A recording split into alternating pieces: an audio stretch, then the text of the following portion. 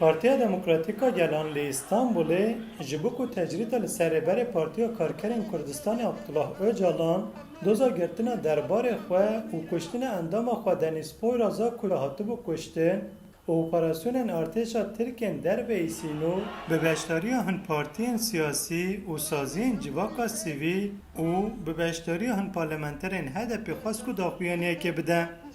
Bi hinceta biryara qedexeya qeymeqamtiya Beyoğlu, polîsan diyar kirin ku ew ê nehêlin ku daxuyanî were dayîn. Lê tevî hemî astenkirinan ji daxuyanî bi beşdariya hin parlamenterên HDP, hevberdevke Kongra Demokratîka Gelan Cengiz Çiçek û beşekî zêde ji endamên HDP ve hat dayîn. Di daxuyaniyê de hat gotin ku tecrîta li ser rêberê PKK Abdullah Öcalan û doza girtina HDP û zextên li ser HDP her wiha şerê tê meşandin û pirsgirêka Kurd ji bi hev re girêdayîne. Ji bo tecrîta gelek mezin ser rêberê gelê Kurd Birêz Öcalan tê meşandin, ev tecrîta ne tene ser Birêz Öcalan vek ana doza girtina HDP jî peyvaşok dest pê kiriye, ev hemî tişt bi hev de girêdaye.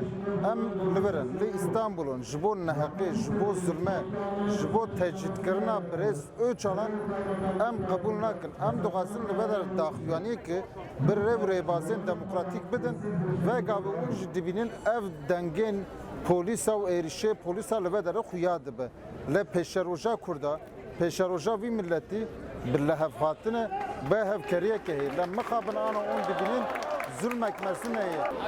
Çawa ku tecrît tê girankirin heman demêda jî li erdnîgariya Kurdistanê û erdnîgariya rojhilata navîn polîtîkayên şer jî dikevin meriyetê. Îro ji wek em bêjin yansımaya van polîtîkayên şer jî li İzmîrê hevaleke me Deniz Poyraz hat qetilkirin bi awayekî hovane hat qetilkirin. Dîsa di heman demêda doz li HDP hat vekirin ku partiya me bêgirtin. Em dizanin hemû قاتلیامên ku li erdnîgariya Kurdistanê û Tirkiyeyê kirin. Ew doza Kurd ser HDP, ew êrişên li ser Kurdan, ew êrişên li ser zimanê Kurdî tê kirin. Hemû çavkaniya xwe ji tecrît tê dikirin.